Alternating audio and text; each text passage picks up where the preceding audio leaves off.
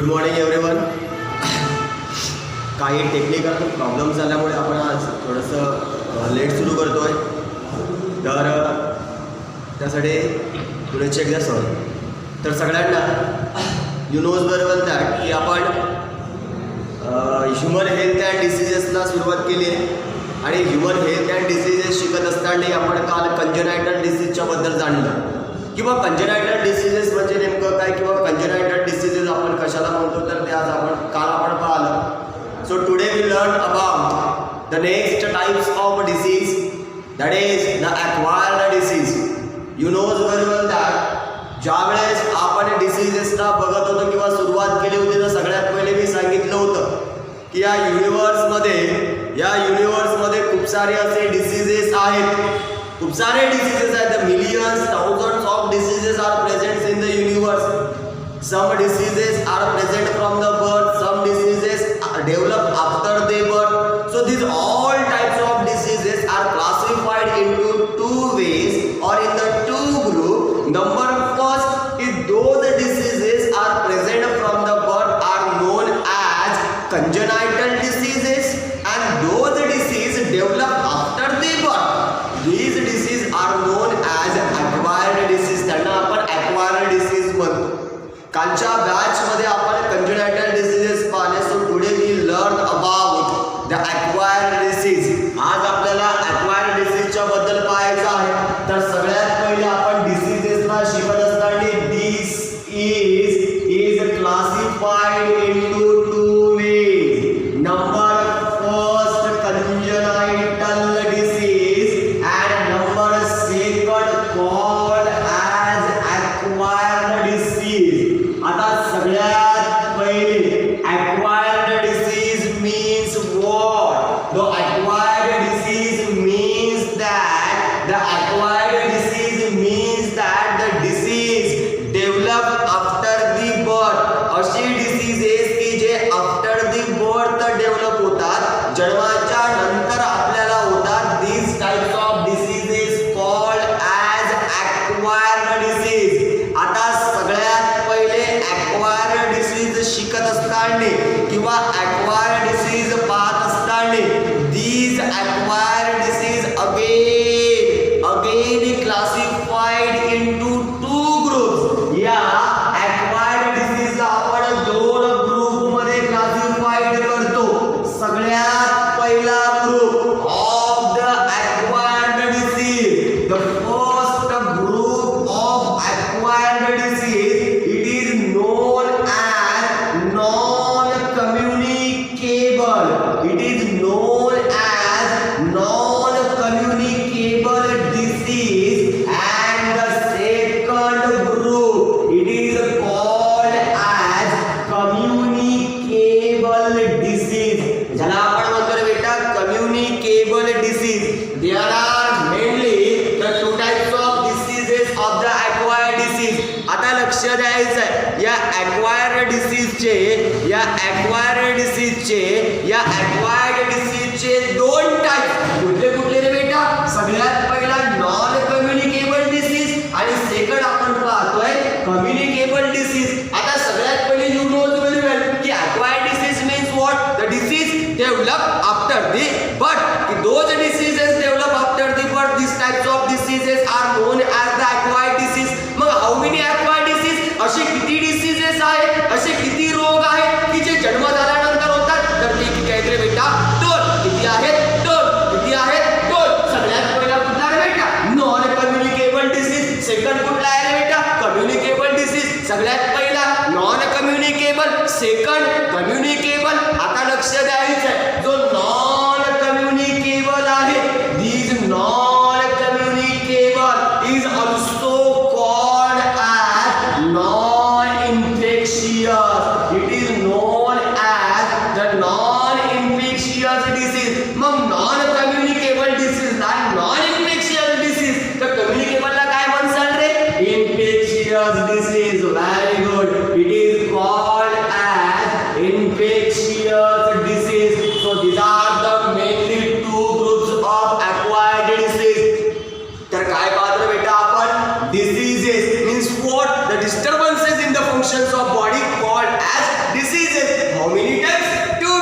number first, congenital, number second, acquired. So today we learn about only the acquired disease. Means what? The diseases develop after the birth. की असे diseases की जी जन्माच्या नंतर आपल्याला होतात, जन्माच्या नंतर डेव्हलप होतात. मग असे किती आहेत?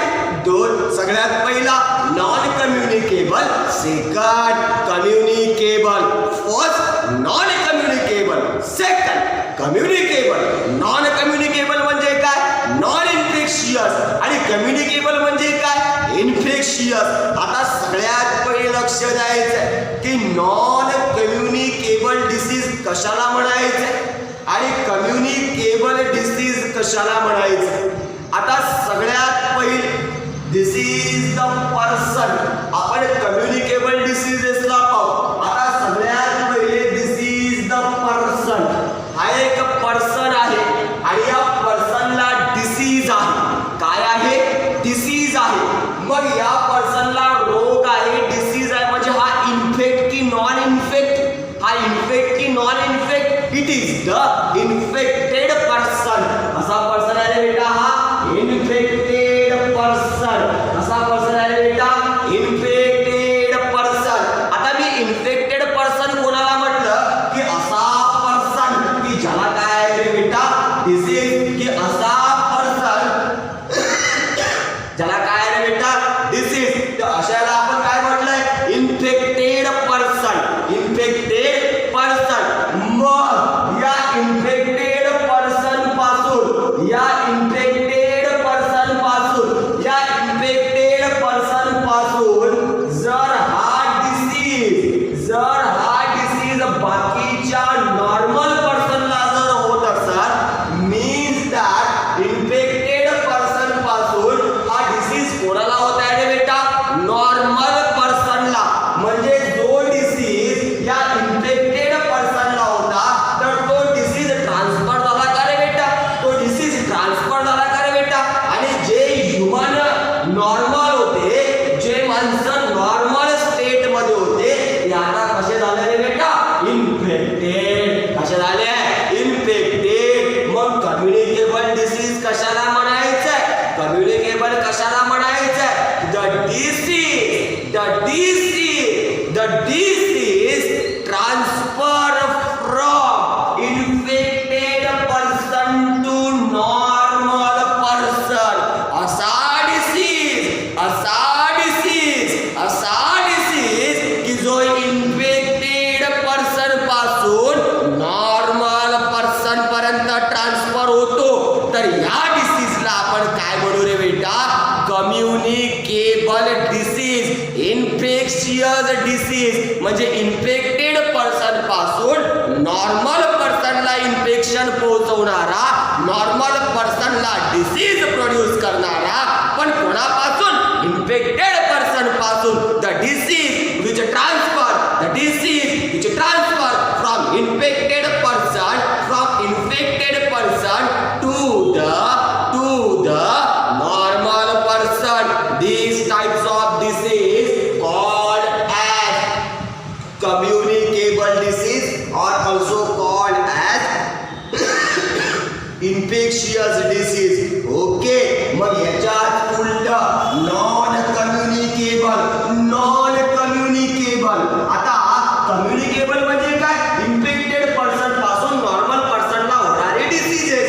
मग नॉन कम्युनिकेबल किंवा नॉन इन्फेक्शियस म्हणजे काय? की इन्फेक्टेड पर्सन पासून हा डिसीज ट्रान्सफर होत नाही. Means the disease cannot be transfer from infected person to the normal person. This disease called as non communicable disease. And those disease which transfer from infected person to normal person known as communicable disease. सगळ्यांना कळतंय का? What is the communicable and what is the non communicable? Communicable आपण म्हटलं infectious disease means those disease which is transfer from infected person to the normal person. And non communicable means that the disease cannot be transferred from infected person to the normal person. Is that clear? तर पाहतो बेटा आपण acquired disease. How many types of acquired disease? Only the two types. Number one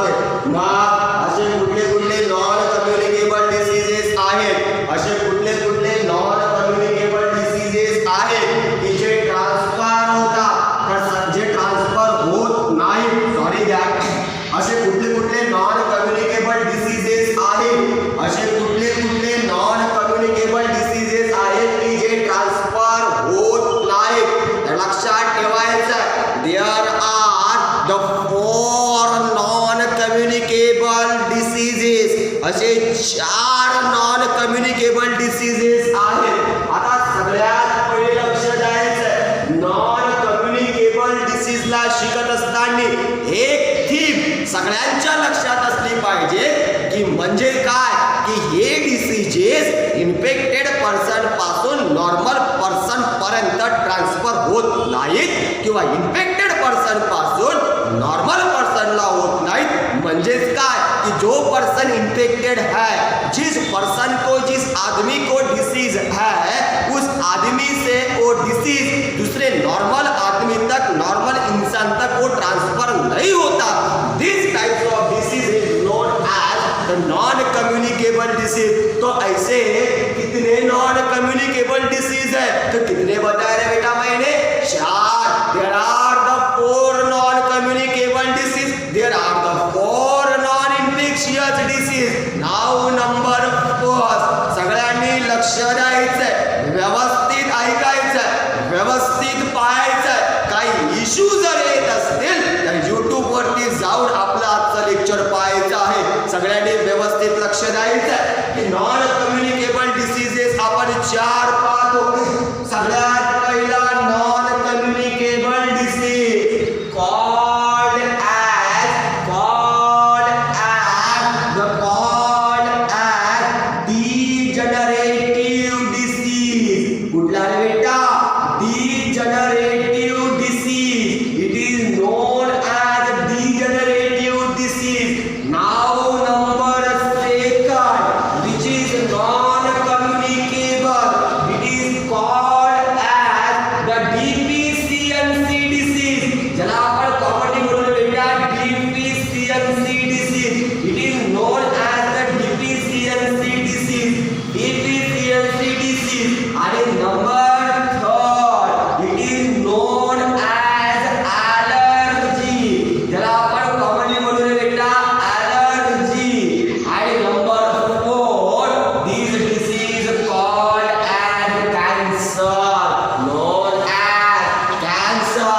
So these are the groups, or these are the types of the non-communicable disease. एक तर लक्षात येत असेल की नॉन कम्युनिकेबल डिसीज म्हणजे असे diseases की जे ट्रान्सफर होत नाहीत from infected person to the normal person.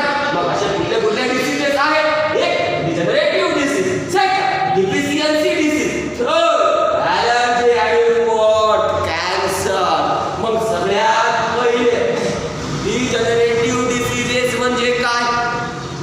Deficiency diseases म्हणजे काय? ॲलर्जिक डिसीजेस म्हणजे काय? किंवा कॅन्सर म्हणजे काय? सगळ्यांनी लक्ष द्यायचं की degenerative diseases means that it is the types of non-communicable disease. याचा पक्का आहे की डिजनरेटिव्ह डिसीज हा नॉन कम्युनिकेबल डिसीजचा टाइप आहे.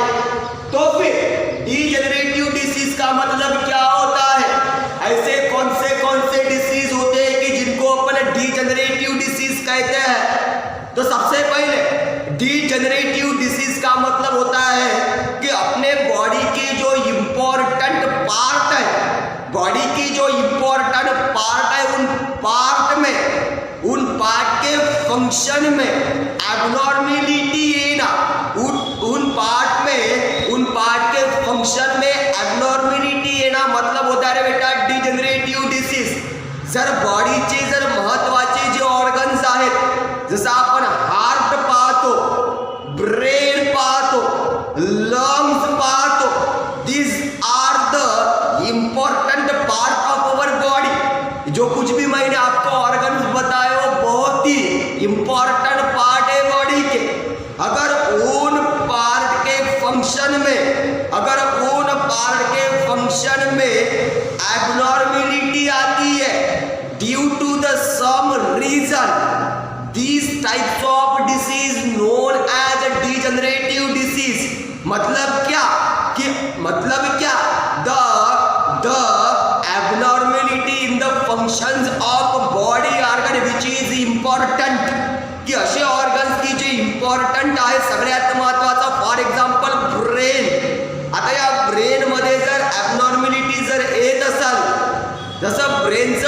या प्रेशर ब्रेनमध्ये जर प्रेशर वाढत असेल तर सुद्धा जो आपला डिसीज होतो called as a degenerative disease. एक बेस्ट एक्झाम्पल देतो तुम्हाला डिजनरेटिव्ह डिसीजचं. Heart attack myocardial infarction. हार्टच्या कार्डियॅक मसलमध्ये ऑक्सिजनचा सप्लाय कमी झाल्यामुळं तिथं आपल्याला काय होतं रे बेटा, मायोकार्डियल इन्फ्रॅक्शन. जो ट्रान्सफर होत नाही म्हणजे तो कसा झाला, नॉन कम्युनिकेबल इम्पॉर्टंट ऑर्गन आहे आणि फंक्शन डिस्टर्ब होत आहे. त्याच्यामुळे त्या डिसीजला मी काय बोलतो रे बेटा, degenerative disease. Means that those diseases are the non communicable. हे तर पक्का आहे, पण डिजनरेटिव्ह डिसीज कशाला म्हणायचंय, the diseases in which the function of the important organ is disturb. Important ऑर्गनचं फंक्शन डिस्टर्ब होतं. This type of disease known as degenerative disease. सगळ्यात पहिलं एक्झाम्पल लक्षात ठेवायचं आहे, that is the heart attack. This is the best example of the degenerative disease. Heart attack means that the disturbance in the cardiac muscle. Cardiac मसलमध्ये disturbances येतात. का बरं येतात, कारण की ऑक्सिजनचा सप्लाय कमी होतो. त्याच्यामुळे कार्डियक मसलमध्ये काय येतात बेटा, ॲब्नॉर्मॅलिटी येतात, फंक्शन डिस्टर्ब होतं. त्याच्यामुळे तो डिजनरेटिव्ह डिसीज आहे. The best example of the degenerative disease is the heart attack. And the second is the epilepsy. लक्षात ठेवायचं, इज द इपिलिप्सी.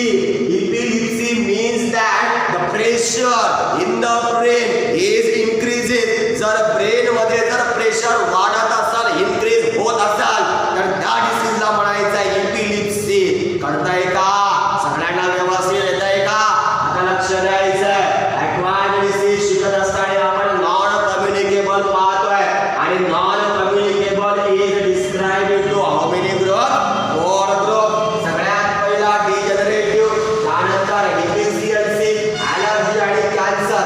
आपण डिजनरेटिव्ह डिसीजला पाहतो. काय म्हटलं मी, डिजनरेटिव्ह डिसीज म्हणजे काय, the diseases occur due to the malfunctioning.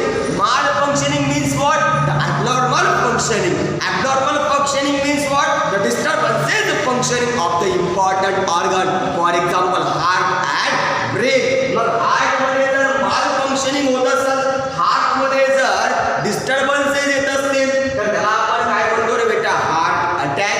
आणि ब्रेनचं जर प्रेशर वाढत असेल म्हणजे ब्रेनमध्ये सुद्धा ॲब्नॉर्मॅलिटी येत आहे, तर त्या कंडिशनला म्हणतो रे बेटा आपण इपिलिप्सी. सो दिस इज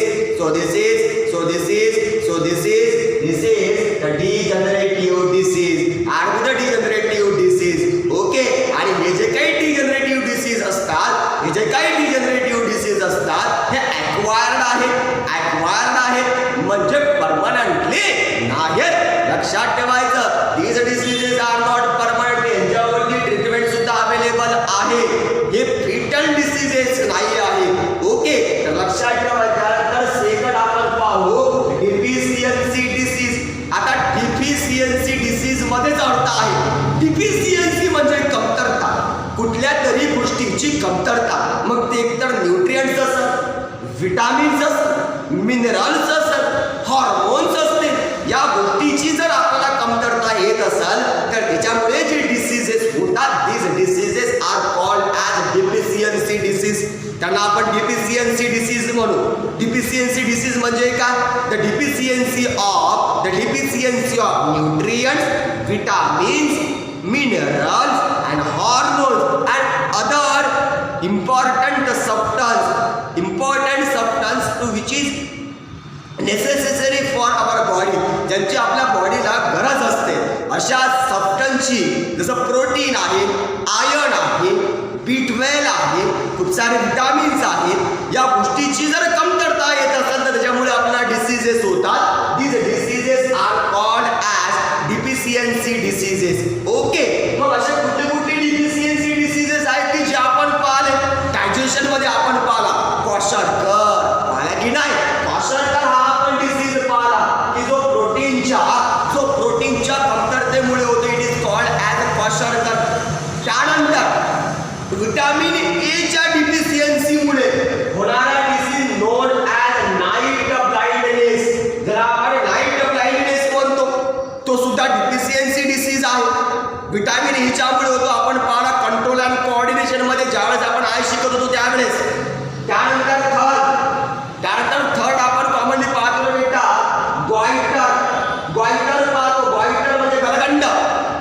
त्याच्यामध्ये आपला घसा जो आहे हा फुगतो, हा सुजतो, ज्याला आपण गॉयटर म्हणतो, जो आयोडीनच्या कमतरतेमुळे होतं. बॉडीमध्ये जर आयोडीन जर कमी असेल तर त्याच्यामुळे जो डिसीज होतो तर त्याला आपण गॉयटर म्हणतो, जे आपण हार्मोनल कोऑर्डिनेशन मध्ये पाहिलं इन द थायरॉइड ग्लँड शिकत असताना आपण गॉयटरच्या बद्दल पाहिलं. आणि नंबर 4 आपण पाहतो बेटा बेरी. हा सुद्धा एक डिसीज आहे जो डिफिशियन्सी मुळे होतो. बेरी असे खूप सारे डिसीजेस आहेत. जसा डायबिटीज आपण पाहतो, डायबिटीज मलायटस म्हणजे शुगरच्या कमतरतेमुळे किंवा ग्लुकोजच्या कमतरतेमुळे होणारा डिसीज डायबिटीज मलायटस. खूप सारे डिसीजेस आहेत की जे डिफिशियन्सीमुळे होतात आणि तशा प्रकारच्या डिसीजला आपण काय म्हणूया बेटा, डिफिशियन्सी डिसीज. मग हे जे काही डिफिशियन्सी डिसीजेस आहेत तर ते ट्रान्सफर होत नाहीत. आता मला जर गॉयटर असाल, माझ्या बॉडीमध्ये जर आयोडीनची जर कमतरता असेल तर हा गॉयटर दुसऱ्याला होणार नाही का, कारण की त्याच्या बॉडीमध्ये आयोडीन आहे ना, माझ्या बॉडीमध्ये नाही. म्हणजे हा ट्रान्सफर होतो का, नाही. हा डिसीज इन्फेक्टेड पर्सन पासून नॉन इन्फेक्टेड पर्यंत जात नाही, नॉर्मल पर्सन पर्यंत जात नाही. म्हणून या डिसीजला आपण काय म्हणतो बेटा, नॉन कम्युनिकेबल डिसीज. किती आहेत? 4. सगळ्यात पहिला आपण पाहिलं डिजनरेटिव्ह डिसीज म्हणजे काय, माल फंक्शनिंग इन द ऑर्गन मध्ये जर माल फंक्शनिंग, पण कुठल्या ऑर्गन मध्ये, पायामध्ये का, हातामध्ये का, कानामध्ये का, नाही. इम्पॉर्टंट ऑर्गन विचार विसरण, की जे विसरण आहे, जे बॉडीच्या आतमध्ये आहे, इंटरनल आहे, ब्रेन आहे, हार्ट आहे, लंग्स आहे, लिव्हर आहे, यांच्यामध्ये जर काही प्रॉब्लेम्स येत असतील, यांच्यामध्ये जर माल फंक्शनिंग होत असेल, माल functioning means the abnormal function, these types of diseases called as degenerative disease. एक हार्ट अटॅक, सेकंड लक्षात ठेवायचं एपिलेप्सी. एपिलेप्सीचा अर्थ काय आहे, the increasing pressure of brain मध्ये. या ब्रेन मध्ये वेगवेगळे रिजन आहेत, या ब्रेन मध्ये वेगवेगळे रिजन आहेत. जर या रिजन मध्ये जर प्रॉब्लेम येत असाल तर त्या कंडिशनला आपण म्हणतो बेटा एपिलेप्सी. त्यानंतर आपण पाहला डिफिशियन्सी म्हणजे काय, दॅट इज जर न्यूट्रियंट, विटामिन, मिनरल्स, हॉर्मोन्स किंवा जे काही इम्पॉर्टंट न्यूट्रियंट्स आपल्या बॉडीसाठी आहेत, जर त्याची जर लेवल बॉडीला कमी होत असेल किंवा ते जर व्यवस्थित मिळत नसेल, म्हणजे कमी क्वांटिटी मध्ये मिळत असेल, तर त्याच्यामुळे जे डिसीज डेव्हलप होतात, these diseases called as deficiency. Question आहे नाईट ब्लाइंडनेस, गॉयटर. त्यानंतर आपण पाहतो बेरी नावाचा एक डिसीजेस आहे आणि त्यानंतर आपण पाहतो बेटा डायबिटीज मलायटस. या सगळ्या डिसीजेसला आपल्याला टोटली शिकायचं आहे, पण सध्या आपण इंट्रोडक्शन पाहतो फक्त लक्षात ठेवायचं आहे. त्यानंतर थर्ड आपण पाहतो बेटा ॲलर्जी. आता ॲलर्जी काय आहे किंवा ॲलर्जी आपण कशाला म्हणतो, ते एकदम पक्का आहे की ॲलर्जी हा नॉन कम्युनिकेबल आहे, म्हणजे तो डिसीज ट्रान्सफर होत नाही. हे नक्की लक्षात ठेवायचं की ॲलर्जी हा कधीच ट्रान्सफर होत नाही. ॲलर्जी बिलकुल ट्रान्सफर होत नाही. मग ॲलर्जी म्हणजे काय किंवा ॲलर्जी आपण कशाला म्हणतो, तर allergy means that the hyper sensitivity of our body. आपल्या बॉडीची हायपर सेन्सिटिव्हिटी, बॉडीचा सेन्स वाढतो, बॉडी ही जास्तीत जास्त सेन्सिटिव्ह होते, hyper sensitive of the body. This condition is non as allergy. त्याला आपण ॲलर्जी म्हणतो. याला सुद्धा आपण चांगल्या प्रकारे शिकू. आपल्याला ॲलर्जी एक टॉपिक आहे, याच लेसनमध्ये ॲलर्जी हा एक सब टॉपिक आहे, जिथं आपण चांगल्या प्रकारे शिकू की ॲलर्जी मीन्स व्हॉट. पण लक्षात ठेवायचं की allergy means that the condition in which the body is hyper sensitive, gives the hyper sensitive response. Body he hyper sensitive response देते, खूप जास्त सेन्सिटिव्ह असते, तर त्या कंडिशनला आपण म्हणू रे बेटा ॲलर्जी. कळतंय सगळ्यांना? यस. आणि फोर्थ टाईप आपण पाहतो बेटा कॅन्सर. किंवा कॅन्सर म्हणजे काय किंवा कॅन्सर आपण कशाला म्हणतो, cancer means that the abnormal growth which is non controllable. The abnormal growth which is non controllable normal सेलची ॲबनॉर्मल ग्रोथ, व्यवस्थित लक्षात ठेवायचं, ॲबनॉर्मल सेलची नाही, बॉडीच्या नॉर्मल सेलची ॲबनॉर्मल ग्रोथ किंवा अनकंट्रोलेबल ग्रोथ की जी आपण कंट्रोल करू शकत नाही, दिस डिसीज नोन ॲज कॅन्सर. याला आपण कॅन्सर म्हणतो. आणि हा कॅन्सर असा रोग आहे की जो पर्सन टू पर्सन ट्रान्सफर होत नाही. तो पर्सन टू पर्सन बिलकुल ट्रान्सफर होत नाही.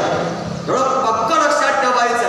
And these all the diseases that is degenerative, deficiency, allergy आणि cancer, these all diseases are known as the non-communicable disease. ज्यांना आपण नॉन कम्युनिकेबल डिसीज म्हणतो. म्हणजे काय की जे पर्सन टू पर्सन ट्रान्सफर होत नाही. कळतंय का? आता कम्युनिकेबल डिसीज आणि इन्फेक्शियस डिसीजची आपण डेफिनेशन्स केली. काय म्हटलं? The diseases which transfer from infected person to normal person, these diseases are called as communicable diseases. आता हे जे काही कम्युनिकेबल डिसीजेस असतात, तर हे कम्युनिकेबल डिसीजेस जे काही मायक्रो ऑर्गॅनिझम्स आहेत तर त्यांच्यापासून होतात. जसं व्हायरस आहे, बॅक्टेरिया आहे, फंगस आहे, रेकस्टॅसिया आहे, त्यानंतर कायरोस्पायरल आहे, त्यानंतर आपण पाहतो हेल्मिन्स आहे. सो हे जे काही आपण मायक्रो ऑर्गॅनिझम्स पाहतो, या मायक्रो ऑर्गॅनिझम पासून हे डिसीज काय होतात तर बेटा ट्रान्सफर होतात. मग कम्युनिकेबल डिसीजेस मध्ये सगळ्यात पहिले आपण जर पाहायचं असेल, आपल्याला टाइम थोडासाच राहिला, सो कम्युनिकेबल डिसीजेसची आपण फक्त डेफिनेशन लक्षात ठेवायची.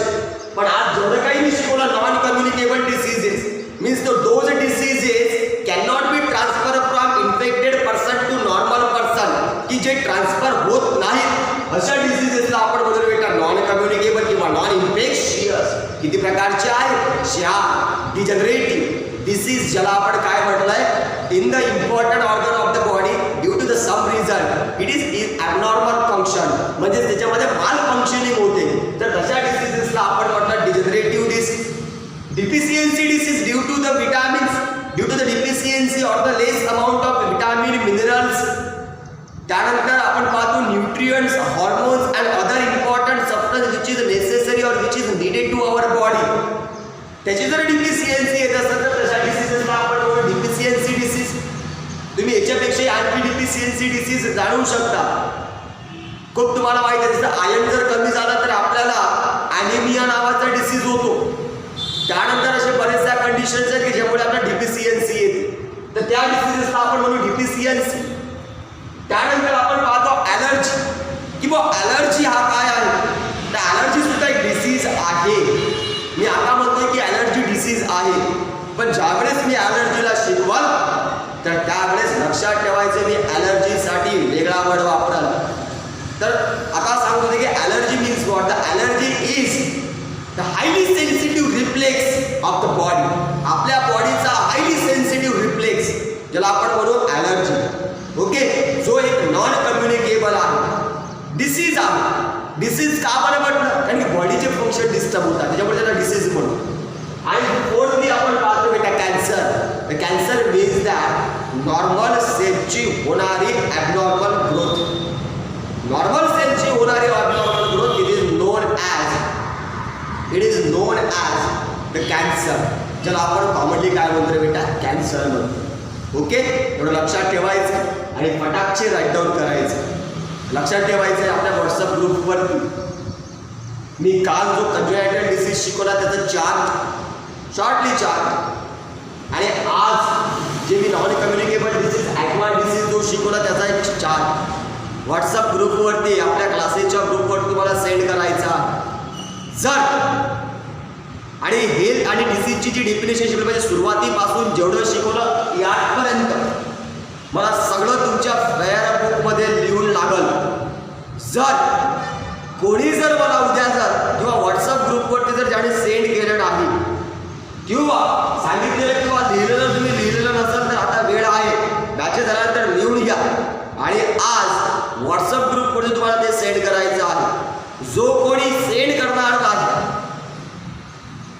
तुम्ही जर सेंडच करत नसाल तर उद्यापासून आपली बायोची बॅच होणार नाही. ओके, सगळ्यांनी व्यवस्थित लक्षात ठेवायचं. लक्षात ठेवायचे महत्त्वाचा लेसन आहे, तुम्हाला तत्पर राहायचं आणि सगळ्यांनी हे व्यवस्थित एकदा पाहून घ्या, वाचून घ्या, समजून घ्या. काही डाऊट असतील, प्रॉब्लेम असेल, आपल्या ऑनलाईन लेक्चरमध्ये जर काही प्रॉब्लेम आला असेल तर तुम्ही यूट्यूबवर जाऊन माझं लेक्चर पाहू शकता. आणि तरीही समजत नसताना डाऊट येत असतील तर मला डायरेक्टली तुम्ही कॉल सुद्धा करून डाऊट विचारू शकता. ओके, आजसाठी आपण एवढंच पाहू, बाकीचं सगळं आपण उद्याला पाहू. कम्युनिकेबल डिसीज तोपर्यंत फटाक्षी हे राईट डाऊन करा. ओके, तोपर्यंत फटाक्षी राईट डाऊन करा सगळ्यांना.